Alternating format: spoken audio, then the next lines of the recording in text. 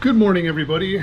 Today we are going to take you guys along with us. We are headed to FedEx, not to drop off, but actually to pick up animals. We are going to pack a bunch of boxes and we are going to go back to FedEx later on in the day. But I figure I would do a video, maybe show you guys kind of how we pack, the things that we do to ensure that our animals are safely making it to their destination. And of course we're going to unpack some new animals, give you guys a look at some new stock that will be available once it's feeding. And I don't know, we're going to turn this into a video of some sort. Yeah, yes, we will be busy today. All right.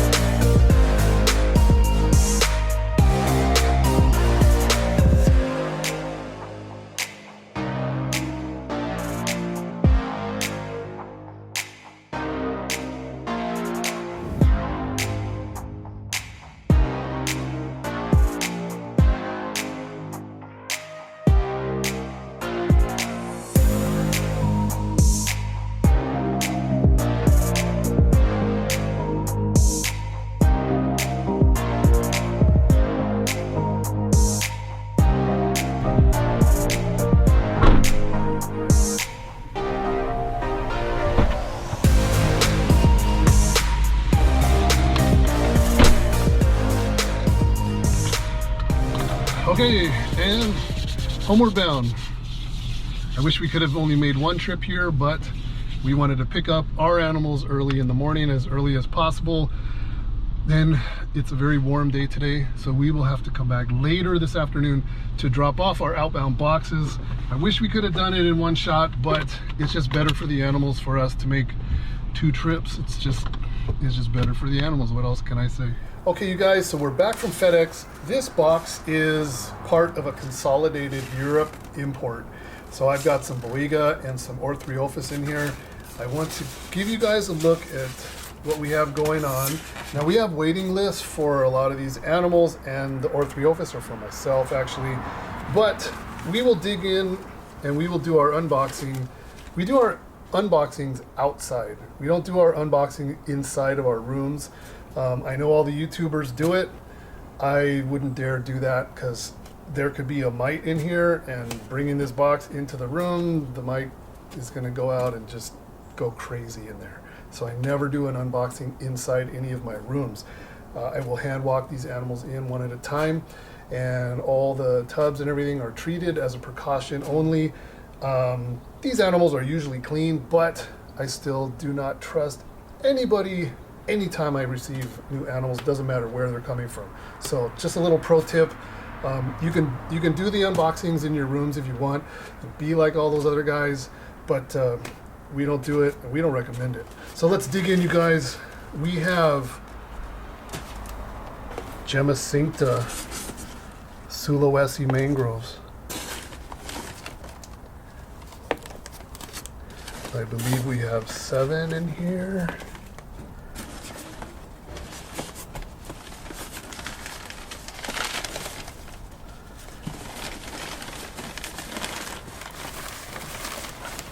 There's another one. There's another one. There's another one. So these are already sexed. It usually is very reliable, but we will go through and do our best to double check. So it looks like we have 3.4. So of course that's perfect. I do have a waiting list for these animals, but still gonna show them to you guys. Why not, right? They're super beautiful. These guys look very, very well started. And there you go. Beautiful, beautiful animal. Now these guys will turn jet black as adults. They'll lose all that beautiful banding, but the adults are just, they're big and badass looking, and the babies are beautiful. Just nothing like it. So I like what I'm seeing. I like the size. Sometimes we'll have some super colorful ones. I see one already. I'm going to show you. This one looks pretty amazing color-wise. A little bit younger, a little smaller.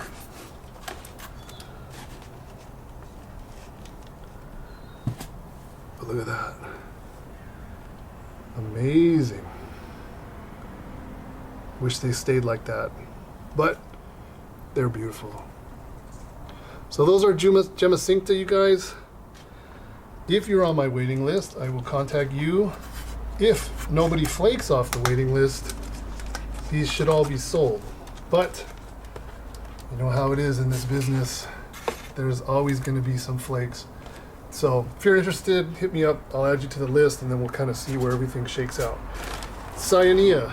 I have quite a few baby green cat snakes, different sizes. The bigger ones are well started, of course.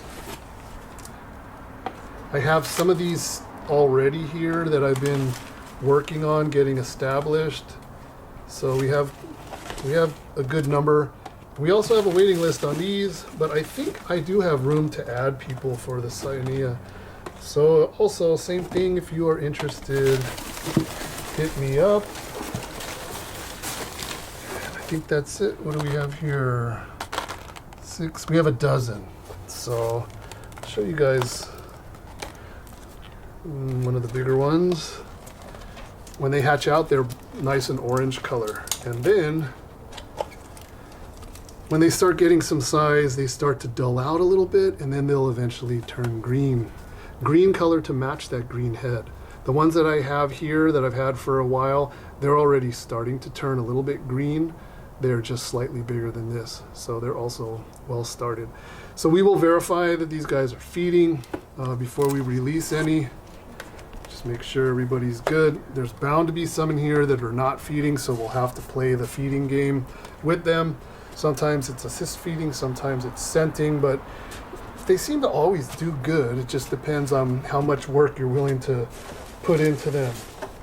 So we have some blue beauties.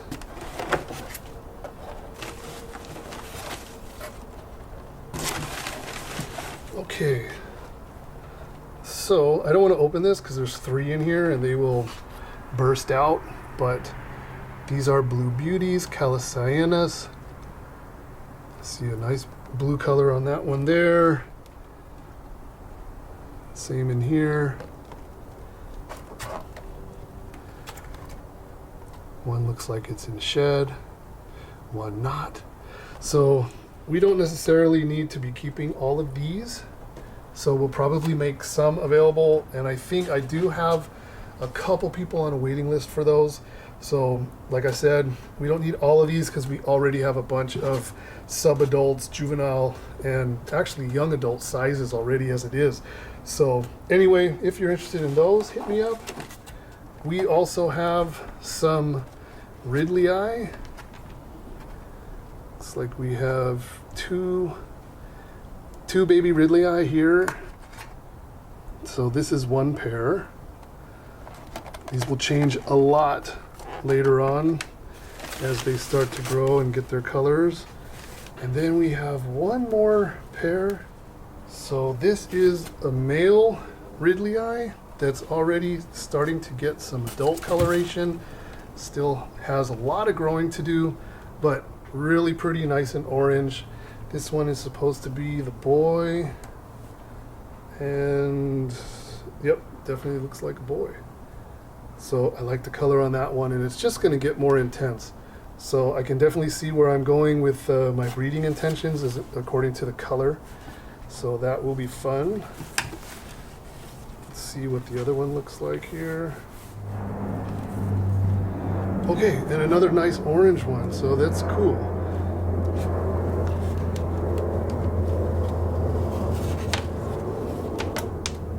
It's amazing how they transition. This is still a small snake as far as I'm concerned, and they're going from the little babies to this size. The difference is just, it's amazing. Like there's no color, and then you got the sub-adult already, and just already showing potential, so that's nice. And Yeah, looks like a girl. So, there you have it. These are the new animals. The Ridley Eye are not for sale, you guys. I'm building up my group here. I have some more coming next month. So, those should be from a bit of a different bloodline, different appearance, not this orange color, but very, very happy with these. So, gonna have multiple different bloodlines, all different colors, color phases. So I'm quite happy with this shipment. I've had a lot of money out of pocket for a very, very long time due to COVID and the flight restrictions and everything else. It's taken a very, very long time for these animals to come. But I like what I see. Europe usually is right tip top, on top of everything. And that's about it. So you guys got to see that. And next on my agenda is to put all these away. And then we need to start getting our boxes ready. So if you're interested in seeing how we pack our stuff. All right, now on to shipping, my least favorite part of all of this. Why is that? It is because I put all my heart and soul into these animals, sometimes a lot of work, a massive amount of work. Then I put it in a box, I send it off to FedEx, and I'm trusting FedEx with that animal to take it to where it needs to go. Very, very rare that something gets lost in transit or delayed, but it does happen and it is a possibility every time, so it's very frustrating for me. But anyway, today we have 7 boxes going out. We use brand new boxes for you guys, okay? We don't reuse boxes, we use brand new boxes. That means a lot of you guys are recycling and using my boxes to reship. I get that. I used to do that a long time ago, but now I feel like we are professional enough to give you guys brand new shipping materials. We use heat packs. We use gel packs, which are in the refrigerator, and I'll explain about those here in a little bit. Now, snake bags. I know you guys reuse my snake bags, so if you want to reuse my snake bags this time, I'm still going to send you a brand new bag, but you're getting a DM Exotics logo on it, so you have to represent. Unless you flip it inside out, but it still shows through, so you can't get away with that. And I don't care if you reuse my bags, these bags are yours. We put 1 hole on every side minimum. Depending on the weather and the temperatures, we may put more than 1 hole, but minimum standard, 1 hole on each side. The other thing is commercial invoice in every box. There has to be an invoice in every box, you guys. Again, another regulation. I know most of you guys don't do that. Most of you guys aren't even businesses. And you don't feel that it's necessary, but invoice in every box. We do, this is the warning label in case any of our boxes get inspected. They know right away what's inside the box. And then we do the label on the outside. Again, this is also required. This in fact says Lacey Act labeling. So you make sure you want to put that on your box on the outside. And it does help. Fish and Wildlife, US Fish and Wildlife, and also state agencies will sometimes open boxes. So you're telling them what's in the box, and then of course, make sure what's in the box is what's on this label. If you guys are, up to something devious, then of course it's not going to match, and if they do an inspection, you might get caught. So there's obviously a reason that you're not doing the appropriate labeling. So we line each box with newspaper, and Apple's going to do the holes. And then what I do is I have a cheat sheet, so I go ahead and put everyone's initials on all these boxes. You'll notice they're all different sizes. So we're not a ball python factory where we can just put a baby ball python in every box this size and ship it out. We have bigger boxes, like we have some big Apodora that are going out today, big Papuan olive python. So one is going to fit in this box. It's going to be like a 20-pound box. So we have a couple of those going out. If we use all boxes the same size, like 12 by 9 by 7, I know this is probably the most popular size box. Well, what about the guy that's getting a baby Drymarchon? He's going to have to pay a little bit more for this box, when in actuality it could fit just fine in this box. So we try to save our customers money by having different size boxes. The boxes are not cheap. There's times where I will order a bunch of different size boxes, and you know, they might come 5 to a case or 10 or 20 or whatever. They're expensive. It's an added cost, and I feel like if you want to be legitimately involved in this business and you're going to be shipping, then carry all the different boxes and utilize the appropriate size. Right now the weather is super weird. It's really hot here outside, so we're going to be dropping off the boxes later in the day. But some of these boxes are going to places where the overnight low is like in the low 50s, say 50 degrees, 51 degrees. So I need to have a heat pack in these boxes, but I'm also using a Phase 22 gel pack in these boxes as well, and it will sort of control things as best as possible. So let me get into the Phase 22 gel packs, and I'll try my best to explain how those work. And Apple, if you want to start working on the holes. Sure. Okay. All right.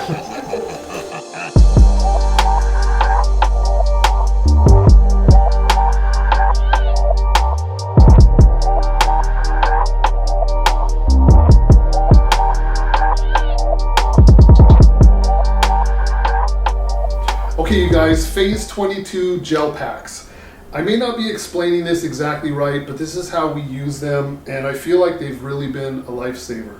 So essentially, in the liquid form, it looks like this. It's just a gel pack, normal gel pack. When they get cold, they turn into a solid, okay? So this one came out of the refrigerator. We have a bunch of gel packs. Gel pack for every single one of these is in the refrigerator because it's a warm day. These don't really emit any heat or cold, but they absorb excess heat or cold. They will do their best to absorb excess cold or excess heat, and apparently they will be able to manage the interior temperature of a box, depending on the size and how many you use, of course. So I think it's between 70 and 80, or some very good median temperature like that. So what we'll do, for example, say we have a box that's going to an area where the low is going to be 50 degrees. We're going to drop off this evening. It's going to be hot here. It's going to be probably about 90 degrees. We're going to activate this heat pack at the very last moment before we seal these boxes. I will put a cryo pack in the box as a solid. So as this thing starts to ramp up and get warm, and it takes some time for it to get cranking, this is going to be doing its job by absorbing excess heat. At least that's my theory. Then it's going to cool off. The box is going to make it on an airplane. It's going to be getting a little bit cold on the airplane. That's when this is going to be coming into play the most, because this one is providing heat. So now we're maintaining a good temperature inside the box. This is probably going to turn into a liquid slowly but surely during the evening and into the morning, of course. Then in the morning, when the box arrives wherever it's going, usually it's going to hit the FedEx ship centers early in the morning, and by the time it does, it's indoors, and we're not really too concerned about having excess heat or cold at that point because it's indoors. If it ends up being on a truck, if it ends up getting delayed or whatever, this is now in a liquid form. If it starts getting a little bit cold, this one might not be cranking out enough heat to deal with it, depending on the area, of course. Then this pack is going to be now looking like this, and it's going to start to absorb any excess cold by turning into a solid. So that's my understanding on how these work. I always refer to these as black magic, because this is some voodoo stuff right here. This is crazy. We didn't have these way back in the day, but I use these on every single box unless the temperatures here are perfect and it's going to an area where the temperatures are perfect and the hub is perfect. Then I don't even bother. These are expensive, depending on where you get them from and how many you're ordering at a time. They can be $3.50, $4.50, $5. They're reusable. They don't expire. They don't go bad. Unlike this won't be usable after, this is a 40-hour heat pack, so this will be done. But you can reuse these also. over and over again if you need to reship. So don't throw them away. If you receive any of these in my boxes, you can reuse them if you do decide that you need to do a shipping. So that is what we do. What else, Apple? What else should we show? The placement of the heat pack we can show at some point.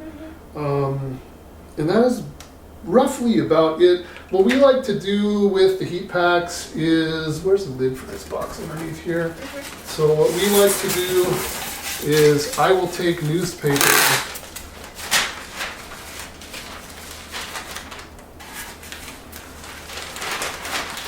and I like to use 2 sheets on here, and then I fold it like so.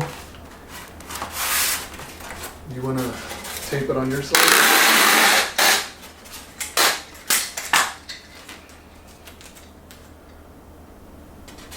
We have this pretty much down to a science. We wrap this around here, we wrap this around there. This is now taped up here to the top. Of course, we will take the heat pack out of the packaging. We put it into the newspaper like this, and then we staple it in. And it prevents it from going sideways and prevents it from falling out. And then when we use the heat pack, we put it down this way. So now we have our heat pack on the top. That's where we like to put them. And then the gel pack will go, usually I'll put the gel pack kind of near the heat pack so they can kind of work off of each other. And that is pretty much it, I think. We're going to put initials on all these boxes. We have a lot of boxes, so it's easy to get confused. So we will put initials on there. I'll throw the raw materials in there. I'll go bag all the animals, put the animals in there. We use zip ties on our bags. I know a lot of these bags come with these little knotted things, but I like to just put the animal in, ignore this, put it together like this, and we put a zip tie on there. It's the best way. If we're using a really big bag, we'll put just a knot, normal overhand knot, but we'll use a zip tie. And that is about it, I think, for shipping. It is about 2 o'clock, so we're gonna start putting all these together. Took me about an hour and a half to do all the shipping labels, all the invoices. You know, I have this huge stack of all this paperwork right here, so we're gonna get to it, and then we're gonna head to FedEx and ship all these out, and hopefully we will have a bunch of happy customers tomorrow morning. I think that's it for this video, yeah? Yes. All right, you guys, thank you again for watching. We appreciate your support. Hope you got something out of it. I know a bunch of you people are super seasoned in this and you do things your own way, and my way is not the only way. It's just how we do it. Some of the more novice people, if you have to ship, maybe you can use this video as a reference. Hope you guys enjoyed all those baby snakes. They're all put away, they're all settling in. We will offer food tomorrow, and then we'll see how we go with the feeding, and we will reply to customers that are on those waiting lists. And that's about it, you guys. Thank you for watching, and enjoy what is left of your week. See ya.